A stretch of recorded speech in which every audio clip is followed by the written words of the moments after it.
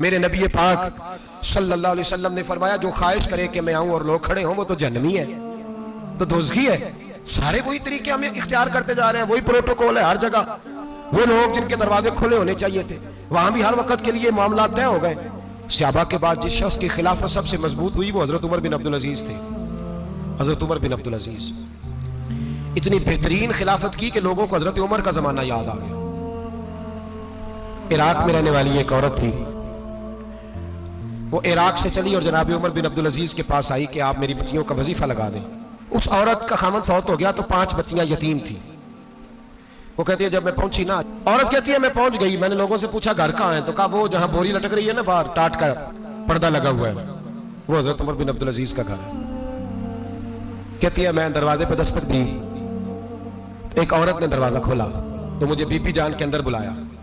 تو ان کے گھر کے اندر جب میں داخل ہوئی تو بڑا سارا سین تھا، ایک طرف ایک بڑا درخت تھا، ایک تانیم کنواں لگا تھا۔ مجھے اس نے درخت کے نیچے بٹھایا، پانی پلایا۔ کیسے آئی ہو؟ میں نے کہا امیر المومنین سے ملنا ہے۔ کہنے لگی بیٹھو تھوڑی دیر میں آ جاتے۔ اور ایک چھوٹا سا بنائی ہوئی تھی جگہ برتن دھونے کے لیے، اور بی بی نا برتنوں کو مٹی لگا کے صابن لگا کے بیٹھی ہوئی تھی، کام کر رہی تھی وہ عورت۔ کہتی تھوڑی، میں نے سمجھا گھر کی کوئی ملازمہ ہے، میں بیٹھ گئی۔ تھوڑی دیر گزری پھر دستک ہوئی، اس بی بی نے اٹھ کے دروازہ کھولا تو جب وہ شخص اندر آئے تو کہنے لگی بڑی دیر سے برتنوں کو صابن لگا کے بیٹھی ہوں، کہاں رہ گئے تھے؟ کہتی ہیں وہ صاحب کہنے لگے بس ذرا مصروف ہو گیا تھا، دوڑے گئے کنویں سے پانی نکالا، بی بی کو دیا، اس نے برتن دھوئے۔ میں نے کہا کہ یہ دونوں گھر کے ملازم ہیں، میاں بیوی کام کرتے ہیں۔ کہتی ہے پھر تھوڑا سا سرکہ اور ایک رات کی روٹی وہ لائی، اس شخص نے کھائی۔ جب وہ کھانا کھا چکے تو وہ عورت میرے پاس آئی، کہنے لگی اٹھ کے مل لو امیر المومنین سے۔ میں نے کہا کون امیر المومنین؟ تو کہنے لگی کب سے تو آئے ہیں، یہ جس نے کنویں سے پانی نکالا یہی مسلمانوں کا امیر ہے، اور یہ جس نے درخت کے نیچے بیٹھ کے سرکے سے روٹی کھائی ہے یہی ہے۔ یہ فرشتوں کی داستان نہیں، یہ وہ لوگ ہیں جناب عمر بن عبدالعزیز رحمت اللہ علیہ کے۔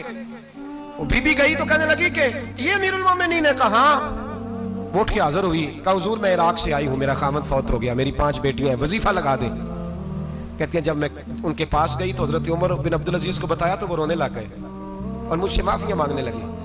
میں نے کہا حضور آپ کیوں معافی مانگتے ہیں؟ تو کہنے لگے اس لیے معافی مانگ رہا ہوں کہ تو میری رعایا میں تھی اور تیری 5 بچیاں یتیم تھی، تجھے خود چل کے آنا پڑا ہے، میرا کام تھا تیری خبر لیتا، معاف کر دے اللہ کی رضا کے لیے۔ وہ بی بی کہتی ہے میرا دل تھا کہ یتیم بچیوں کا 100 دینار سال کا لگا دیں گے تو بڑی بات ہے۔ انہوں نے وظیفہ لکھنا شروع کیا تو میری ایک بچی کا 1000 دینار سال کا لکھا، پھر دوسری بچی کا 1000 لکھا تو میں نے کہا اللہ تیرا شکر ہے، تیسری کا 1000، چوتھی میں نے کہا شکر ہے، جب چوتھی کا لکھا تو میں نے کہا اللہ آپ کا اقبال بلند کرے، اللہ آپ کو ہمیشہ اسی طرح پھلتا پھولتا رکھے۔ کہتے ہیں جناب عمر بن عبدالعزیز نے قلم رکھ دیا، فرمانے لگے میں 5ویں کا وظیفہ نہیں لکھوں گا، 4 بہنوں سے کہنا بانٹ کے اسے بھی دے دیں۔ کہا حضور کیوں؟ آپ فرمانے لگے جب تک تو اللہ کا شکر ادا کر رہی تھی میں بھی رب سے جڑا ہوا تھا اور اللہ سے ڈر کے لکھ رہا تھا، اب تو نے میری تعریف کی ہے، اب میں اگر یہ وظیفہ لکھوں گا تو اس سے اللہ راضی نہیں ہوگا، اب میری ذات آ گئی ہے، اس سے میرے نفس میں ریا پیدا ہوگی، اب میں 5ویں کا نہیں لکھوں گا، جا اور جا کے عراق کے گورنر کو دے۔ بی بی کہتی ہے میں گھوڑے پہ بیٹھی اور میں چند دنوں کے بعد عراق پہنچی، جب سویرے آ کے میں نے والی عراق کو رکا دیا تو وہ چیخ مار کے رویا۔ میں نے کہا کیا ہوا؟ تو کہنے لگا بی بی آج رات کو حضرت عمر بن عبدالعزیز کا انتقال ہو گیا، فوت ہو گیا، تو انتقال کر گیا۔ کہتی میں بھی تڑپ کے روئی۔ میں نے کہا میری یتیم بچیوں کا کیا بنے گا؟ تو وہ گورنر کہنے لگا تیرے وظیفے جاری رہیں گے، تجھے ملتے رہیں گے، یہاں تو اب تو استقبال آنا جانا بڑے معاملات ہیں، تو استقبال تو اب اس طرح ہے جس طرح نشہ نہیں ہوتا، یہ استقبال کی حالت ہے، امیروں سے لے کے غریبوں تک۔ مجھے پوچھا ہی نہیں، کسی نے کرسی نہیں دی۔ اب تو بچی کی بارات آئے اور 5 7 10 20 لوگ دروازے پہ کھڑے نہ ہو تو بارات ناراض ہو جاتی ہے، کہتے ہمارا استقبال ہی کسی نے نہیں کیا۔